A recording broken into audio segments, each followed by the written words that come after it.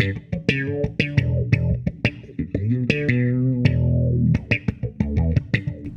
we're talking all about Stonefield basses today with my two new best friends who came all the way from New Zealand. Check it out. Stay tuned.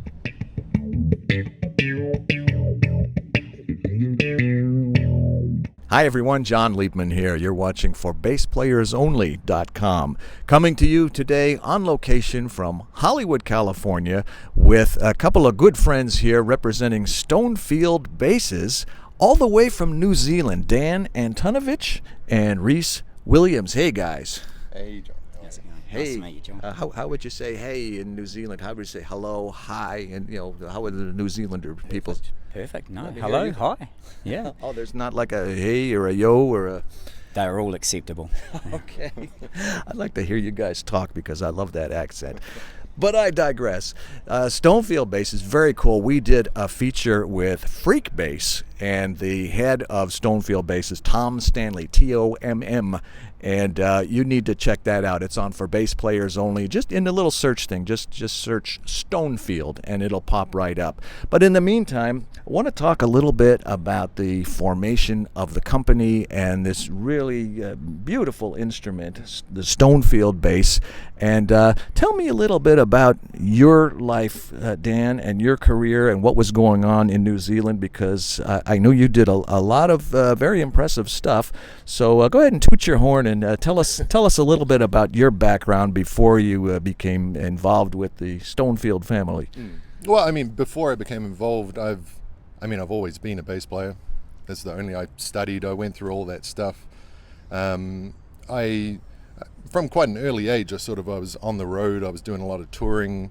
I was in New Zealand. I was playing for a lot of TV shows, a lot of sessions, just across the board sort of stuff. Then I actually live here in Los Angeles now, and at the time that I first got introduced to the Stonefield stuff was right in the process of when I was kind of moving over here. I'd been on the road for several years, I think by that stage with Kitaro, the Japanese New Age. Mm-hmm. We were going all over the world, and in a weird serendipitous the way that all this stuff usually works, my dad, I just got back to New Zealand. I'd been out on the road for 8 or 9 months, and I'd got back and I was staying with my folks because I was moving here. I'd got rid of my place.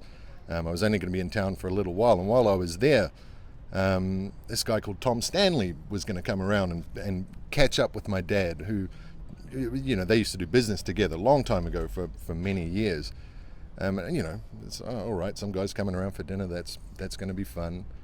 Meet Tom, and Tom's like, hey man, what do you do? I'm a bass player. He goes, me too. Well, that's cool, and then Tom starts telling me about, I'm starting building these basses, and you should really check it out. And there was probably some time actually passed from then until I saw Tom again. But the next time I saw him, he bought a bass with him, which was one of the final prototypes, handmade prototypes that he'd been working on. He said, check this out. What struck you about the bass? Well, instantly, I've always been a Fender player from a young age. I played Sadowskis, I used to play Yamahas, and I'm really a fan of big necks, big spacing, and the certain tension on strings that comes from that. Before I even plugged the bass in, I was loving the neck, and I was loving the tension. And you could just, you know what it's like. You don't always need to plug a bass in to know that it's going to be nice. So Tom uses some very unique woods. I think the woods for the body, forgive me, I don't know the name of the wood, but it's sourced from Fiji.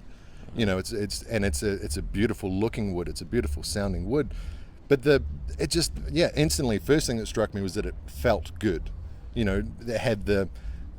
has his tuning system, which is a kind of groundbreaking thing, and he has all his patents for that. And tuning, I'd never actually played, I'd briefly played Steinbergers, but to be playing with that tuning system on the body down there, but with single ball strings, I'm like, well, that's cool. So this was a prototype, right? At this stage, it was a prototype. So you liked it, and you gave him some feedback and some positive Absolutely. criticism. Yeah, and I told him the things that I really liked, which were noticeably just the way that it felt. I mean, the thing the thing sounded great. I plugged it through a couple different rigs that I had there, and yeah, beautiful instrument. And again, at that point, not really knowing where Tom was going to go, whether it was going to become a company. I'm sure that was always going to be his goal. But I said to him, man, you've got something good here. These are good instruments. So it's been a company now available to the public for I think since around early 2015, give or take, something like that.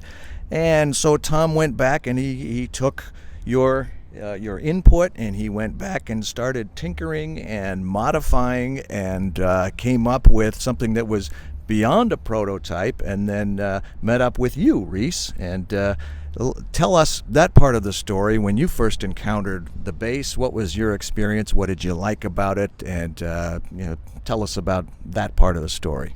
Absolutely. Well, thanks, John. Well, one parallel I have with Dan's story is basically when I met Tom, there was we actually met through mutually our children were having a birthday party, so it was a wonderful experience. I found him just so friendly to talk to, and we just got talking.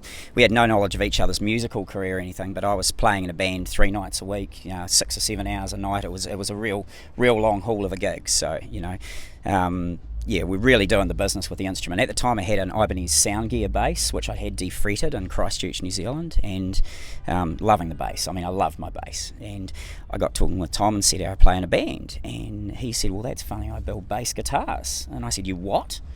Build bass. Who builds instruments? I just didn't know anyone who did anything like that. It was really, really off the chain, so to speak. And so we got talking, and the crux of it is, he said, I'll lend you a bass, you try it, my bass, for a gig for a night. And I thought, well, this is a fantastic idea. This is brilliant.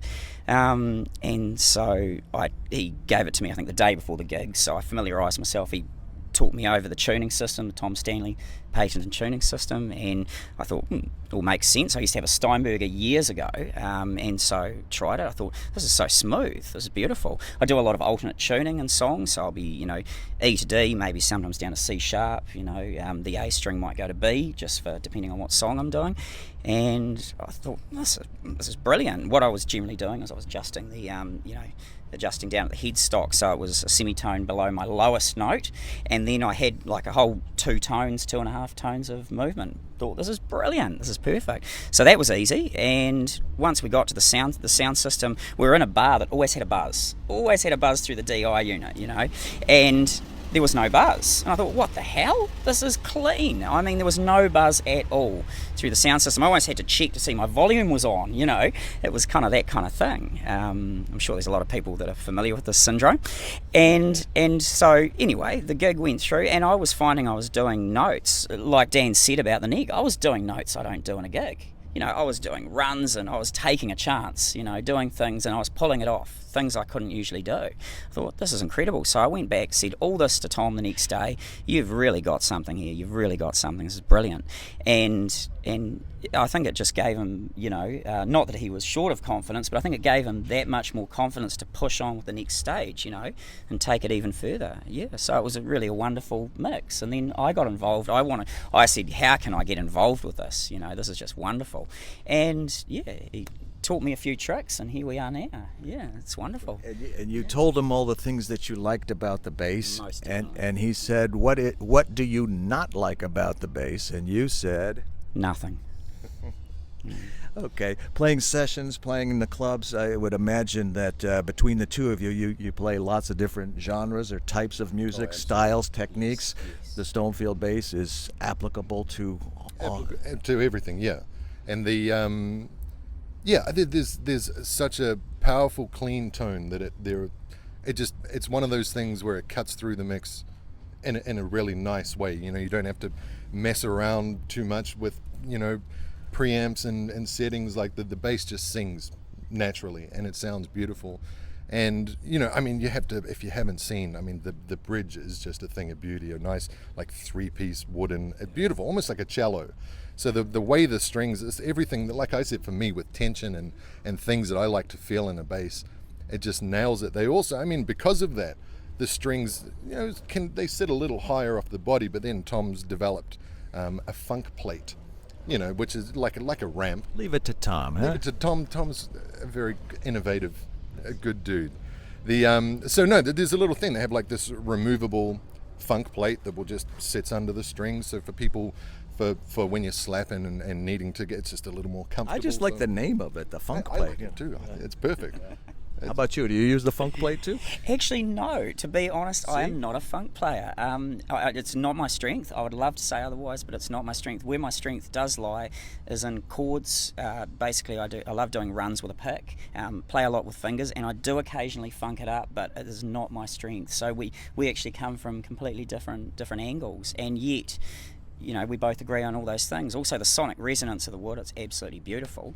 And also, sustain on the instrument is another big thing I have to comment on. The sustain is gorgeous. I mean, I had a lot of chords, and as you know, in metal and that, there's a lot of sustained notes you do, you know, punchy notes that have to sing through the guitarist playing. And I never found that a problem. Found that a problem. Well, there you go. No matter what you play, it sounds like the Stonefield is going to suit your needs just fine.